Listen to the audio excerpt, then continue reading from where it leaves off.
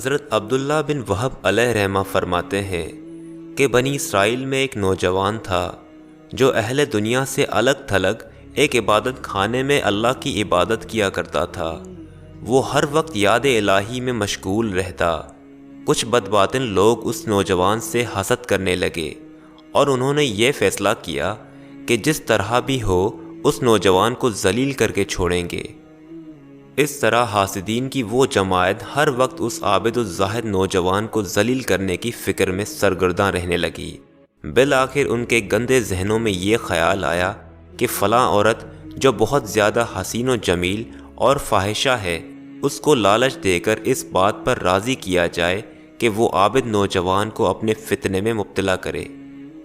چنانچہ بدبختوں کی وہ جماعت اس فاحشہ عورت کے پاس آئی اور وہ سب کہنے لگے، اگر تو اس نوجوان کو اپنے فتنے میں مبتلا کر دے تو ہم تجھے مالا مال کر دیں گے۔ ہمیں امید ہے کہ تو اسے ذلیل و رسوا کرنے میں کوئی کسر نہیں چھوڑے گی۔ چنانچہ وہ فاحشہ عورت اس فعل مذموم کے لیے تیار ہو گئی اور ایک رات اس نوجوان کے عبادت خانے کی طرف چلی۔ رات بہت اندھیری تھی، اوپر سے بارش ہو گئی۔ عورت نے اس نوجوان کو پکارا، اے اللہ کے بندے، مجھے پناہ دے۔ نوجوان نے اوپر سے جھانکا تو دیکھا کہ ایک جوان دوشیزہ دروازے پر کھڑی ہے اور اندر آنے کی اجازت مانگ رہی ہے۔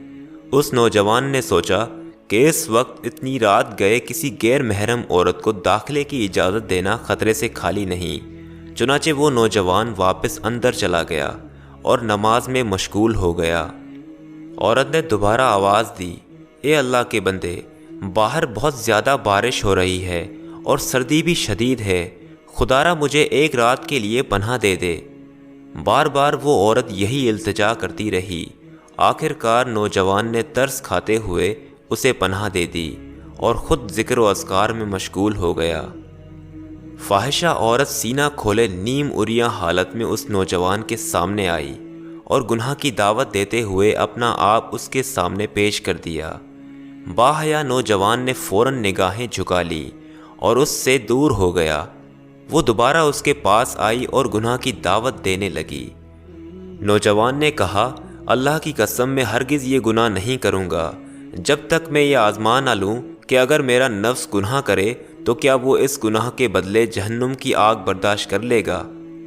پھر وہ نوجوان جلتے ہوئے چراغ کی طرف بڑھا اور اپنی انگلی اس پر رکھ دی، یہاں تک کہ انگلی جل گئی۔ پھر وہ عبادت میں مشغول ہو گیا۔ فاحشہ عورت نے قریب آ کر پھر اسے گناہ کی دعوت دی تو نوجوان نے اپنی دوسری انگلی جلا ڈالی۔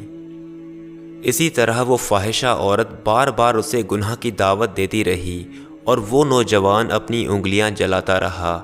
بالآخر اس پاک دامن متقی و پرہیزگار نوجوان نے اپنی ساری انگلیاں جلا ڈالی، لیکن غیر محرم عورت کی طرف نظر اٹھا کر بھی نہ دیکھا اور اپنی عزت کو داؤ پر نہ لگنے دیا۔ جب اس فاحشہ عورت نے یہ صورتحال دیکھی کہ اس نوجوان نے ایک گناہ سے بچنے کے لیے اپنی ساری انگلیاں جلا ڈالی ہیں تو دہشت زدہ ہو کر غش کھا کر گر پڑی اور تڑپ تڑپ کر مر گئی۔